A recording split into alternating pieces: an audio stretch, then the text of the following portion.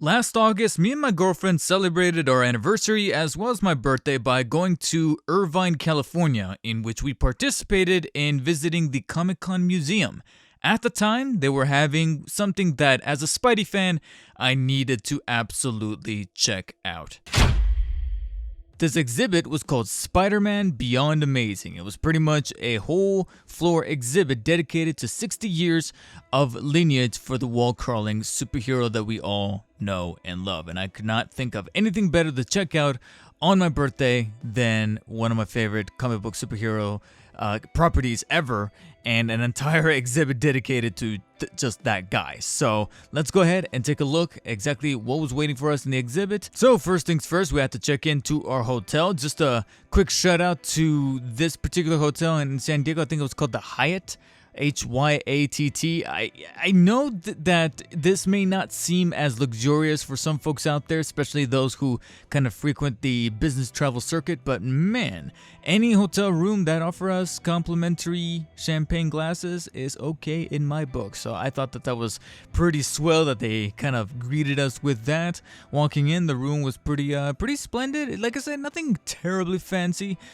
We have had stayed in hotels and Airbnbs that happen to have hot tubs and things like that, little added features. This one didn't necessarily blow us out of the water, minus a really cool fancy fridge that had like the little window and the lights that can let us peek through and control the temperature. But outside of that, it was up on the 5th floor. It was cozy. It had proper temperature controls, all that good stuff, and a really nice TV, so I cannot complain. And we even went by this mall that happened to have a mochi nut. For those of you who are in the Southern California area, please check out Mochi Nut or any kind of mochi-made donut place, because those things are heaven. Once my girlfriend introduced me to them, oh my god, it was over. I really cannot have any standard donut. Now I need mochi-made donuts. Plus, this particular place that we went to had someone dressed up as a dinosaur. Absolute win. It's not until the next morning that we then get the ball rolling with a proper breakfast, specifically a birthday breakfast for moi. And this time around on August 13th, Saturday, before heading on over to the exhibit, we procured breakfast.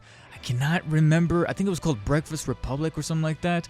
But basically, we got this breakfast order. My girlfriend got a shrimp frittata, and I got myself something called the Mr. Presley, which is pretty much 2 slices of very decadent French toast with peanut butter pressed, get it, into the middle part there. And I was really surprised how great this thing was. And as you can see, it was also topped off with glazed slices of banana and slivers of crispy bacon. And oh man, this thing was truly amazing, to the point where I started looking up other places near my local area that would sell these kind of things. Otherwise, I might just be convinced to make my own. Then it was time to hit the road and head on over to San Diego to check out the exhibit at the Comic-Con Museum. This was a specialized building that was completely separate from the convention center, obviously, because they're not going to be able to occupy that space year long, but it was nevertheless an additional hour and 20 drive from where we were staying at down to the beach city of San Diego,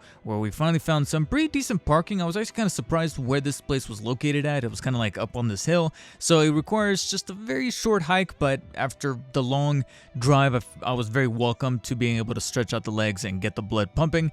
And once we walk in, we see the front of the building. We definitely see some banners advertising the new Spider-Man exhibit. But before we start showcasing footage of that, I also want to give a shout out to some of the other things that they also had a little bit there. You had some halls that had dedicated artwork to the Archie series, because I think they were celebrating something as well. There were a couple of little props and memorabilia, around the Rocketeer property, and I know that that was also another big one amongst the comic book culture community. And so they were showcasing not only things from the comic books for the Rocketeer, but also for the Joe Johnston movie from the 90s. There was a movie theater that was replaying some of the old theatrical trailers for the Rocketeer movie on repeat. And then you also had a couple of other little sections that featured just some stuff to kind of showcase at the museum. You had a couple of costumes here from Man of Steel, Captain America, you name it. I think that they even had some stuff from Hawkman. Now, this isn't necessarily stuff from the movies. These are meant to be kind of like replicas, like reinterpretations of those costumes that are almost near one-to-one from what you see in the film, but these were made for like a gala or some kind of exhibition type thing. So no, Henry Cavill didn't really wear this. Chris Evans didn't exactly put on this costume. This is kind of like a re-portrayal or reimagining of that costume set up here for display, as well as this foam statue of the Todd McFarlane design Batman. I believe this is like Batman Year 2 or something like that, but this time dressed in black and white. Nevertheless, it was a really cool sight to see. So now it's time to show off the Spider-Man Beyond Amazing exhibit. As far as I can tell, photography and videography was allowed as long as you don't like bring any kind of crazy equipment and setups, lights, things like that, and you're not intrusive to the other people trying to enjoy the exhibit and whatnot. So this is mostly gonna be kind of like the main things that kind of stood out to me while I was perusing through this exhibit. So you're not gonna see every single little detail. As we started to enter these halls, you can kind of see a little bit of the decals and the decorative stuff here up on the walls. They have recreations of certain panels from the original comic books from the 60s and 70s, and of course it's supposed to chronologically follow the legacy of Spider-Man. As you kind of start off, you see a little bit of the origins of the character. You actually have a couple of comic books encased in glass showcasing some of the first appearances of the wall crawler from Amazing Fantasy, and then his interaction with the Fantastic Four, etc, etc.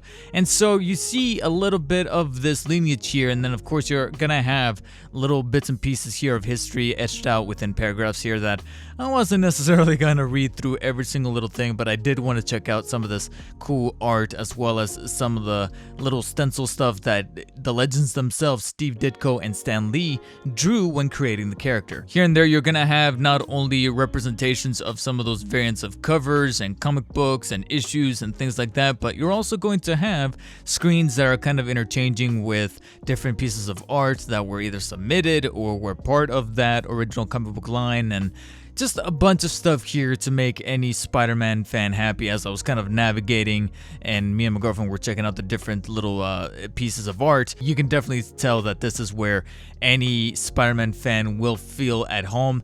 As far as the varying degrees of how much this is going to be worth, like I said, the price and the drive is yet to be remained, but I'm hoping that some of these images are kind of feeling a little bit of that, especially when it comes to paying homage to that 60-year legacy of the character that we all know and love. And it's cool that the exhibit was pretty well aware of how important this character was with these opening little hallways and panels and exhibitions. And as you kind of navigate a little bit here, you also have little sections that pay homage to how much of an influence Spider-Man had as a whole. You're gonna have little shelves and glass cabinets that are showcasing merchandise that start to pop up even from the 70s. Once we started to get the 1978 show rolling, you had lunchboxes, toys, just the whole works all showcased here, and it was pretty nifty to see a little bit of that. One of my favorite highlights was seeing a script that actually had notes etched in by Stan Lee himself onto the page, and as a creative and hopefully promising filmmaker, it's cool to see that even though this is a script for a comic book, it was almost kind of layered and formatted a similar way, and because of that, it kind of spoke to me better than even some of the little stencils and panels and sketches and stuff that they were creating from the get-go. So that stood out to me the most. You can then see how the halls were showcasing how the torch was eventually passed on to other artists that then lent their influence on the character as far as an art style, as far as an influence in how the character behaved, how what kind of storylines they went through, and how the character had to kind of change and metastasize into their own well-being. Other artists like John Romita Jr., and then of course Todd McFarlane himself with his own interpretation with the web lines, his artistic influence on the character, as well as his creation Venom himself, were also shown in bright lights, or rather dark oozy goodness. As we walked on, we definitely noticed a little bit of the broadening of the character onto different mediums as we started to delve into the 80s and 90s portion of Spider-Man's legacy. And eventually we come to terms with, like I mentioned before, the 1978 live action show. You even had a little bit of the Japanese Spider-Man influence there. But we of course eventually got to the animated series Spider-Man and different incarnations of Spider-Man on television, and of course the movies, as we finally changed millennium or to the 2000s, and we started to get some introspective looks and exhibits and information behind the scenes stuff on the Sam Raimi Spider-Man films, even some of the Amazing Spider-Man, Mark Webb / Andrew Garfield movies, and of course going over to TV shows. Not only did you have animated series Spider-Man in there with a couple of little design works and references to that version of the character, but then what came afterwards, such as Spider-Man Unlimited, the Ultimate Spider-Man version, and then different incarnations. Even Spectacular Spider-Man was in there, referenced a couple of times, so it was all cool to see it brought together. Personally, this is where a little bit of my nitpickingness of the exhibit came into play, where I wish this was given the same amount of treatment as some of the legacy 60s and 70s information that we got towards the beginning. I felt like the ratio of how much we got of that stuff, I understand that it's important because it's Stan Lee and Steve Ditko, the originators, but I feel like we also kind of brushed off a little bit of the movie and more contemporary stuff that I know a lot of people are a bit more familiar, at least with some of the more mainstream audiences. But at least what kind of balanced this out and kept it from being a full-blown complaint was that it was during this portion of the exhibit that we started to see more props from the movie being popped up into play here. You could argue, I totally understand if somebody were to see some of this footage and be like, they could have shown a little bit more, but at the same time, you kind of have to have some stuff saved up in not only in warehouse for storage from some of these films, because there's still properties and props and belongings to the studio that is Sony, but also you gotta have some stuff to showcase in other areas, whether it be studio tours and things like that. So here you can see a little bit of Doc Ock's memorabilia, such as one of the claws from his tentacle, as well as his goggles. You have a glass cabinet showcasing some news clippings from the Daily Bugle, specifically the photoshopped photo from Eddie Brock in Spider-Man 3, the one that was gonna make Peter put some dirt in his eye.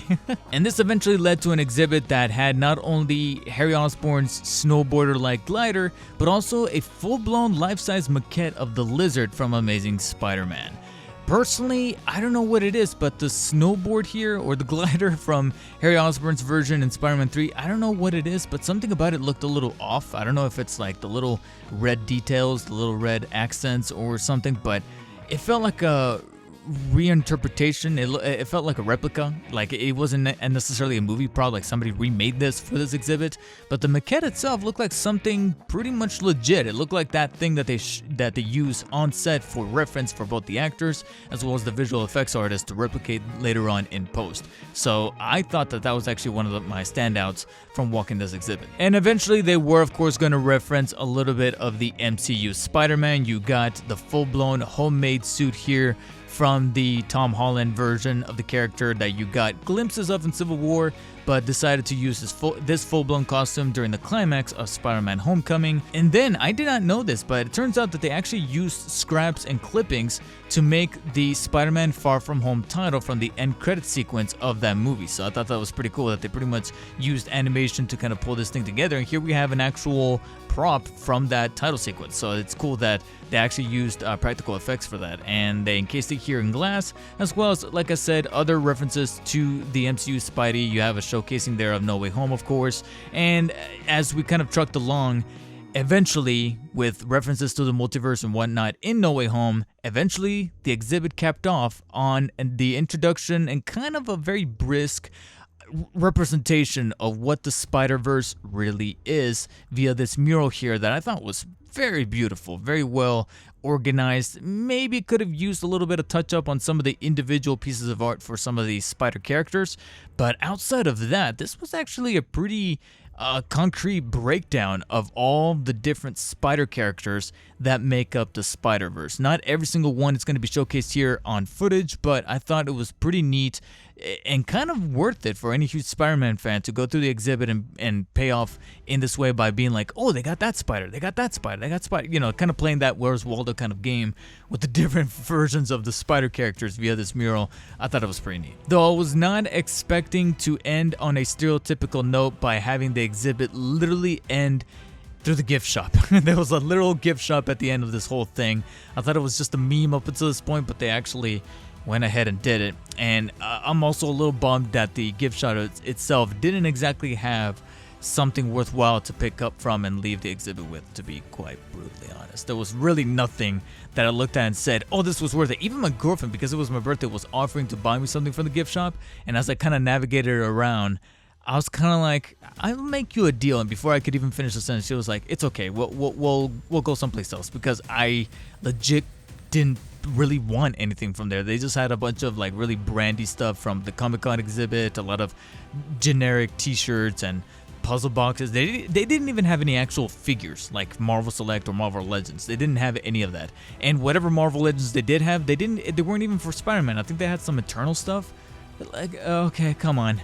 I'd say the most worthwhile piece out of this entire gift shop was this Andrew Garfield Spider-Man costume maquette right here in glass. That was pretty neat. And this concluded the Spider-Man exhibit. This pretty much concluded the actual birthday day, August 13th, but I figured we still have one additional day, that Sunday, for the remainder of the weekend. What else can we really do? So we topped off on one last fancy breakfast at this place. I legit cannot remember the name, and I don't think I even saved it in my history, but it was pretty cool because it was here that my girlfriend had some pretty good avocado toast, and I was introduced to the Monte Carlo sandwich, which was pretty much ham and Swiss cheese pressed into a French bread. I just didn't think that French bread could be used for a sandwich, but here we are, and it was actually pretty good. Albeit a little too fluffy to let me enjoy the full extent of the sandwich, because eventually I got full and I'm a tiny guy. But it was pretty much a nice last breakfast for the weekend. But before we headed home, we made one last minute stop at Frank & Sons. No full-blown footage here because I thought I would actually just take in the shop. I took a couple of photos, but nothing really too extensive. And that about does it for not only my birthday weekend, but also travel vlog video for the Spider-Man Beyond Amazing Comic-Con Museum exhibit. And looking back at this exhibit, do I think that it was worth it? Arguably yes, mainly because I was already going to be in the area for my birthday and me and my girlfriend's anniversary, so I figured that bundling the whole experience together, especially for me being an avid Spider-Man fan, it was definitely worth the trip. But I can definitely see if someone were to debate and say that it really wasn't, especially for the cost of $30 for the entry fee, and you can kind of walk through the entirety of the exhibit for about 10 minutes. 10, maybe 15 to 20 minutes if you truly take your time. So I can see it. I can see it if someone thought it wasn't really worth it, especially for the price and it not being an actual free exhibit to explore. But at least you do get the included benefits of checking out the gift shop and checking out whatever else they got set up inside of the building. And obviously there's no way to really go back to this exhibit now, since it's no longer the 60th anniversary and has since been removed to be replaced by something else. I have no idea what it is, but it was definitely a more memorable visit for me and my girlfriend, and I enjoyed it. And should there be another one for either the 65th or 70th anniversary of the wall crawler, I will more than likely visit it again, especially since later down the line we're going to get more introductions and incarnations of the character